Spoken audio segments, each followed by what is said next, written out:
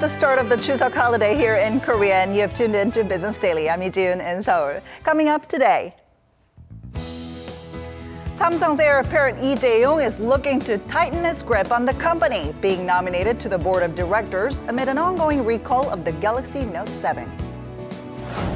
On the first day of this year's Chuseok holiday, we take a look at what people are doing to celebrate one of the nation's biggest holidays and where to visit if you're on a budget. These stories and more coming right up.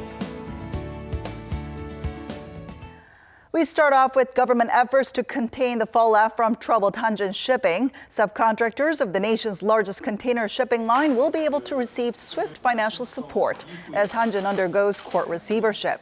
The Financial Services Commission said in a meeting to discuss countermeasures on the shipping crisis that additional losses by companies tied to the shipper are of concern. Over 600 subcontractors were said to have been doing business with Hanjin, and the government said it will ensure subcontractors and owners of Hanjin vessels hold close discussions with their main banks to determine their needs. It added that it will prioritize evaluating those firms that apply for financial assistance to minimize the time required in receiving help. And these woes from Hanjin have brought to the fore the topic of court receivership here in Korea. This especially as the shipper is far from alone in being bogged down by operational troubles. Our Eunice Kim tells us how prevalent it's become. When a company is pushed to the edge because of uncontrolled debt and dwindling capital, it has the option of turning to the courts for help before truly going under. Under court receivership, a court hands the beleaguered business to a trustee, who is given full discretion in managing the company's assets while acting on behalf of the firm in the public sphere. If the end goal is rehabilitation, there is high-intensity restructuring as the firm's assets, bonds, and debt are frozen. In fact, the number of companies in Korea that have filed for court receivership has been growing. What was 835 in 2013 rose by 90 firms 2 years later. As for this year, through July, there were 562 companies that filed for receivership. Experts say that figure could very well exceed 1,000 by year's end. Currently, 14 bankruptcy courts nationwide are managing 1,150 troubled companies, 100 more than last year and a record high. It also means businesses filing for receivership are far outpacing those that are leaving it. The Seoul Central District Court oversees a lion's share of the cases. It has 18 judges in its bankruptcy section, tasked with ruling on 450 distraught businesses, more than half of which filed this year. That means, on average, each judge in the country's largest district court is balancing a load of 25 cases at once. Which might explain why a voice calling SOS is this time coming from the courts, concerned about inadequate evaluation as the workload grows by an average of 80 cases each month. Eunice Kim, Business Daily. By the end of next week, Samsung Electronics will provide over 400,000 new Galaxy Note 7s here in Korea to replace its old ones with batteries that are prone to overheating. The tech giant also launched massive newspaper advertisements with an apology. Our Hwang Jae tells us more. In just over 3 weeks since the first Note 7 battery explosion caught people's attention, 17 cases of damage from overheating have been reported here in Korea. Following its 2.5 million handset recall worldwide, Samsung says back at home it plans to release 100,000 new Note 7s, which will not carry the faulty batteries starting Monday at local retailers. That's when Samsung starts its product exchange in the market. 50 to 60,000 new Note 7s will be provided every day until the 25th, putting the total number of replacements at over 400,000. Sources from the company say this will be enough to replace the initial Note 7s bought in Korea. The new phablet will show remaining battery power in green while the old ones in white. Meanwhile, the front pages of major Korean newspapers on Wednesday carried Samsung advertisements apologizing for the inconvenience. They also notified customers about the schedule for recall measures and more. customers can get temporary phones at Samsung service centers and retailers even during the 5-day Chuseok holiday before they get a refund or their new Note 7s. Samsung also pledged to provide special funds worth around $25 to customers who decide to collect their new Note 7s instead of asking for a refund. Hwang Jie, Business Daily. Samsung Electronics has also nominated Vice Chairman Lee Jae-yong to its board of directors on Monday, a move that would let him take an even more active role in strategic planning at a time when the company faces trouble with its latest handset launch. Take a look. Samsung's board announcement comes at a time when Korea's largest company is facing one of its biggest crises in years. It launched its much-anticipated Galaxy Note 7, only to soon grapple with a recall following reports of exploding batteries. This, in effect, has wiped off some $26 billion in the company's market value over the past 2 days. To make matters worse, airlines and governments around the world have stepped in to warn customers to stop using the devices immediately. Feeling the urgent need to step up its strategic decision-making capabilities, Samsung's board announced it would hold an extraordinary shareholders meeting to appoint heir apparent Lee Jae-yong as a registered director of Samsung Electronics. With this, Lee is set to be elevated to the 9-person board after a shareholders vote late October.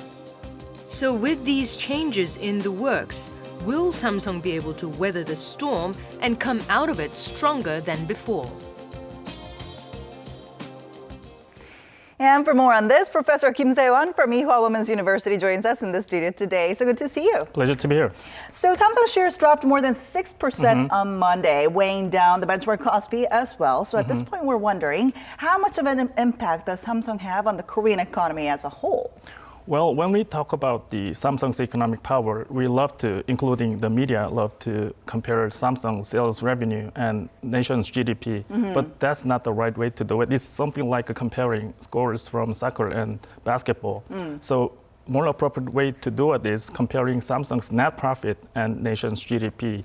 So last year, Samsung's net profit is about 18 trillion won, and nation's GDP is about 1,300 trillion won. So in this respect, Samsung's contribution to GDP is less than 2%. However, Samsung's economic power is revealed in the stock market.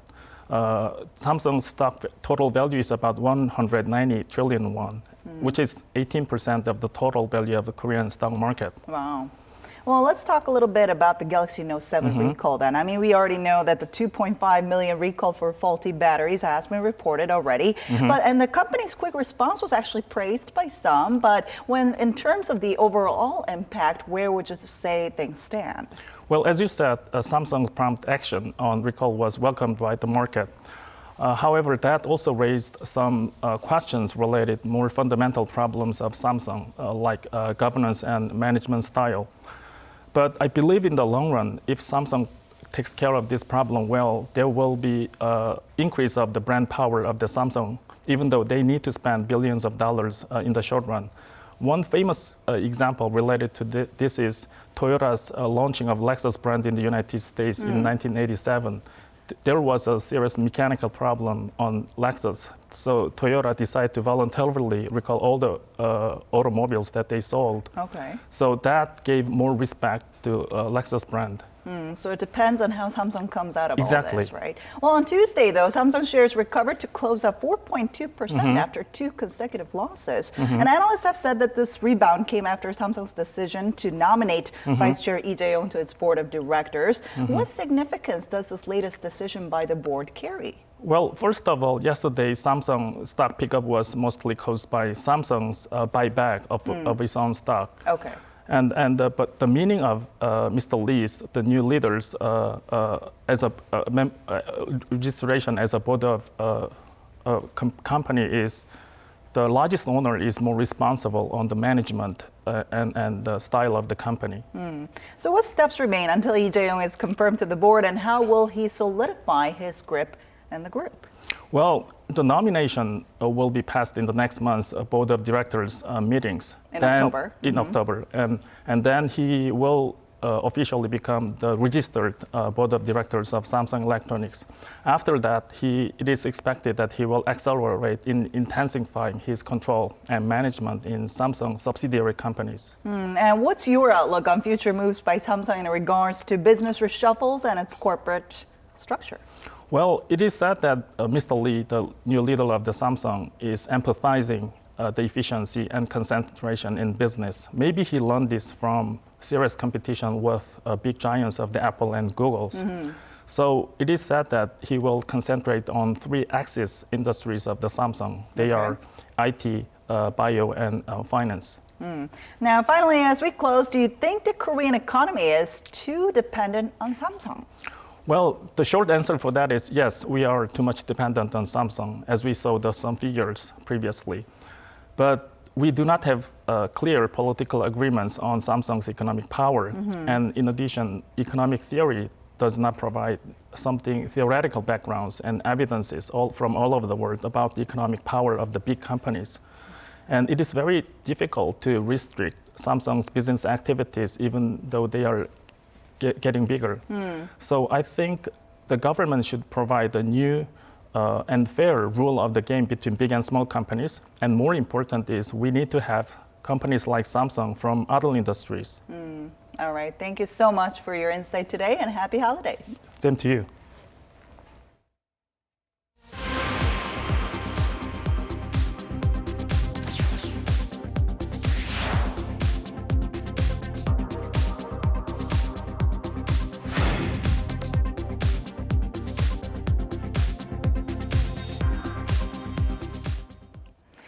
Instead of getting together with their extended families for ancestral rituals, it seems that more and more Koreans are planning short vacations or quality time alone over the Chuseok holiday.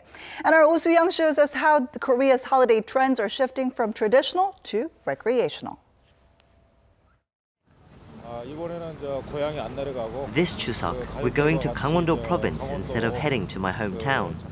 We're just going to relax at a resort and go to the local attractions as the weather should be nice. My kids enjoy different activities, so we'll be busy. We want to go to the Folk Museum, the National Museum, or maybe Namsan Tower. It looks like fewer Koreans will be sticking to traditions this Chuseok. To make the most of the 5-day holiday this year, more than 100,000 people will travel abroad every day, according to government estimates. That's almost 14% higher than last year. Flights to nearby destinations like China, Japan and Southeast Asia are almost fully booked, and special vacation packages are sold like hotcakes. Even among those staying in Korea, many are choosing not to return to their hometowns this holiday. Instead, they're planning to relax alone, take mini breaks within the country, or opting for so-called staycations. Hotels in major cities have been booked to capacity, as more locals indulge in luxurious stays close to home. The number of bookings this year jumped 25% compared to 2014. Visitors take advantage of discount packages during the holiday period. We offer fun experiences for families with kids, as well as bar and dining deals for couples. Those who stay alone want a relaxing time above all, so we include deals like spa treatments. Experts say the shift from tradition to recreation during holidays is due to socio-economic changes. With Korea transitioning from an agricultural society to an urban one, large family units are becoming nuclear, and there are even one-person households. Going home for Chuseok has started to lose its meaning. Nowadays, it's regarded as more of an extended holiday, so Koreans are choosing just to relax or spend quality time alone with perhaps a vacation. Planning brief getaways, cultural activities and relaxing experiences, more and more Koreans are seeking short but sweet ways to make most of their extended holiday. Oh Soo-young, Business Daily. Many of you might have already made it back to your hometown to meet your family, but there are quite a few people here in Korea who have decided to celebrate Chuseok alone. And convenience stores are tapping into that niche market, and it looks like it's a win-win for all. Our Hwang Ho-jun has the story. So for Chuseok, my parents are actually away in Wonju, and I run a startup in Seoul. So I actually have to work a little more, and don't really have the time to make it over to my family. So I'm just going to spend my time alone in Seoul. More people are choosing to spend the holidays alone. rather than traveling to be with their family. This trend, along with the 5 million plus single-person households, has impacted the retail scene, with shops responding to the needs of the so-called me generation.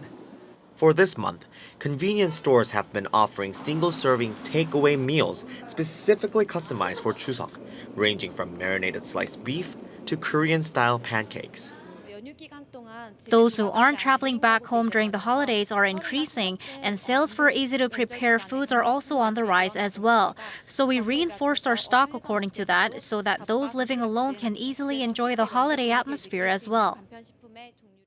In fact, since 2013, sales of takeaway meals during the holiday season, including Chuseok and Lunar New Year, have been in an upward swing. The sales growth reached 45% last year and will likely increase for this year as well. Convenience store employees say they have noticed a steep increase in demand during the Chuseok holidays. I don't think I'm exaggerating when I say about 7 out of 10 of our customers these days are those living alone. There may be various reasons that the customers aren't able to spend time with their family. However, thanks to the convenience stores selling holiday edition meals, some sense of comfort can be found.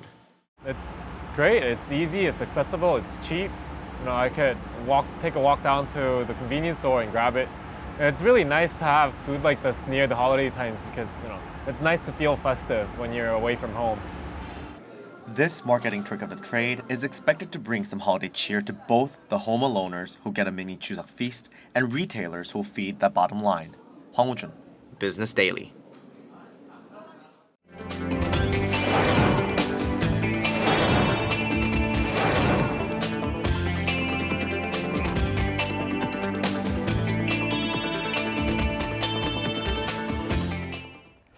And that wraps it up for today. Thanks for watching, and we'll be back on Friday with more business news that matters to you. And for those of you here in Korea, enjoy your Chuseok holiday.